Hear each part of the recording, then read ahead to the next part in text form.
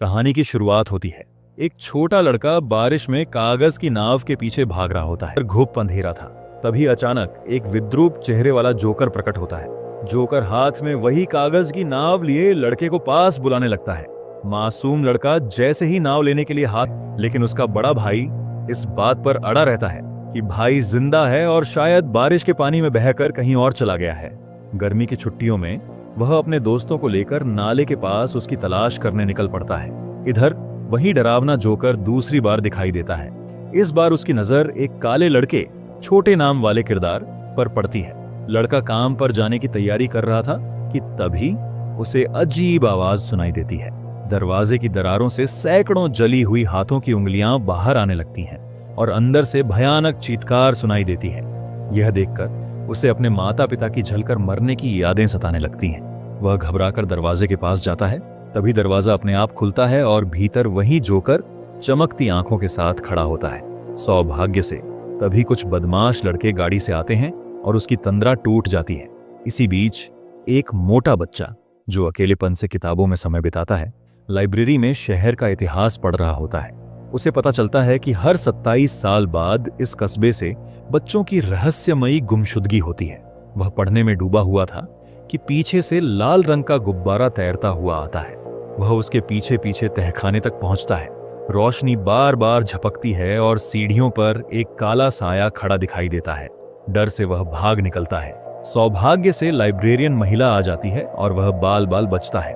Library से निकलते ही उस पर बदमाश लड़के हमला कर देते हैं। भागते भागते उसकी मुलाकात उसी बड़े भाई और उसके दोस्तों से हो जाती है। वे उसे घायल देख अस्पताल की दवा लाने जाते हैं, लेकिन उनके पास पैसे नहीं होते। तभी एक लड़की उनकी मदद करती है और चालाकी से दवा दिलवा देती है। इस तरह सब एक दूसरे के दोस्त बन जाते हैं। बाद में मोटा बच्चा उन्हें कस्बे का राज बताता है।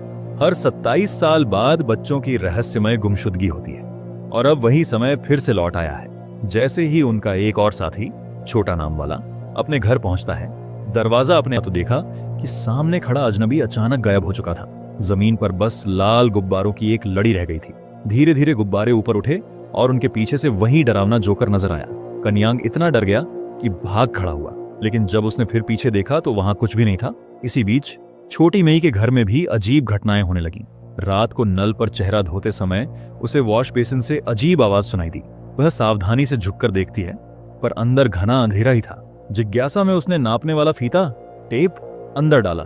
जब बाहर खींचा तो वह खून से सने बालों में उलझा हुआ निकला।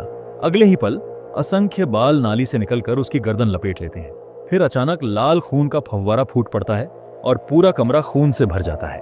आवाज सुनकर पिता दौड़े आते हैं, लेकिन अजीब बात यह थी कि उन्हें यह भयावह दृश्य बिल्कुल दिखाई ही नहीं देता। उधर बड़ा भाई शुआई तहखाने में अपने गुमशुदा छोटे भाई को देख लेता है, लेकिन अगले ही पल वहां वही जोकर प्रकट हो जाता है। शुआई डर के मारे दौड़ता है और दरवाजा बंद कर किसी तरह अपनी जान बचाता है। अगले दिन सब दोस्त पार्क में इकट्ठा होते हैं और एक दूसरे को अपने अपने डरावने अनुभव बताते हैं। शुआई मानता है कि यह सब 27 साल में एक बार होने वाली बच्चों की गुमशुदगी से जुड़ा हुआ है। वे सभी मिलकर सुराग ढूंढने निकलते हैं और पाते हैं कि सभी घटनाएं नालों, सीवर के पास हुई हैं और ये सारे नाले एक ही दिशा में जाकर मिलते हैं, कस्बे के कुख्यात भूतिया घर में। तभी उनके कमरे में रखा प्रोजेक्टर अपने आप चलने लगता है। तस्वीरें तेजी से बदलने लगती हैं और आखिर में एक औरत का चेहरा ठहर जाता है। वह औरत और कोई नहीं बल्कि शुआई की मां थी। घबराकर उन्होंने मशीन को लात मारकर गिरा दिया, लेकिन तभी दीवार फाड़कर एक विशालकाय जोकर बाहर आ जाता है। सब मिलकर दरवाजा खोल भागते हैं और तब जाकर वह गायब होता है। अब सच्चाई जानने के लिए सभी हिम्मत करके उस भूतिया मकान में पहुंचते हैं। अंदर जाते ही कगियांग को पीछे से कोई उसका नाम पुकारता सुनाई देता है। वह मुड़ता है पर कुछ भी नहीं दिखता। तभी अचानक जमीन धंस जाती है और वह नीचे गिर पड़ता है। उधर उसका एक और साथी, आंखों वाला लड़का, भी आवाज सुनकर कमरे में घुसता है। दरवाजा अपने आप बंद हो जाता है।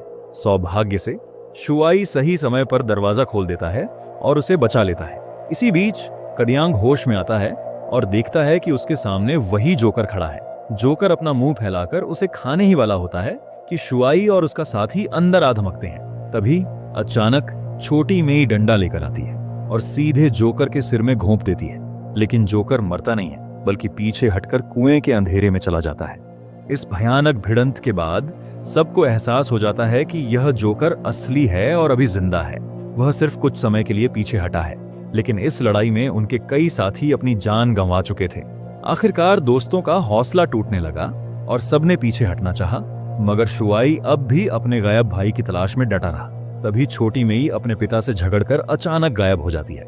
ये खबर मिलते ही शुआई अपने साथियों को दोबारा इकट्ठा करता है। सभी डर से कांपते हैं, मगर दोस्त को बचाने का जज्बा डर से बड़ा साबित होता है।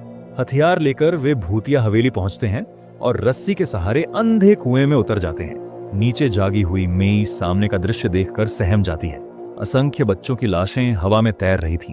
तभी पागलपन भरी हंसी के साथ जोकर प्रकट होता है और मेई को पकड़कर निगलने की कोशिश करता है। उसी वक्त उसके दोस्त पहुंचकर उसे छुड़ाते हैं। चुंबन के जादू से मेई होश में लौटती है। तभी शुआई को अपने भाई का चेहरा दिखाई देता है, मगर वह जानता है कि यह जोकर का धोखा है और वह बिना हिचक गोली चला देता है। धोखा उजागर होते ही जोकर क्रोधित होकर सब पर हमला कर देता है और शुआई को कैद कर लेता है।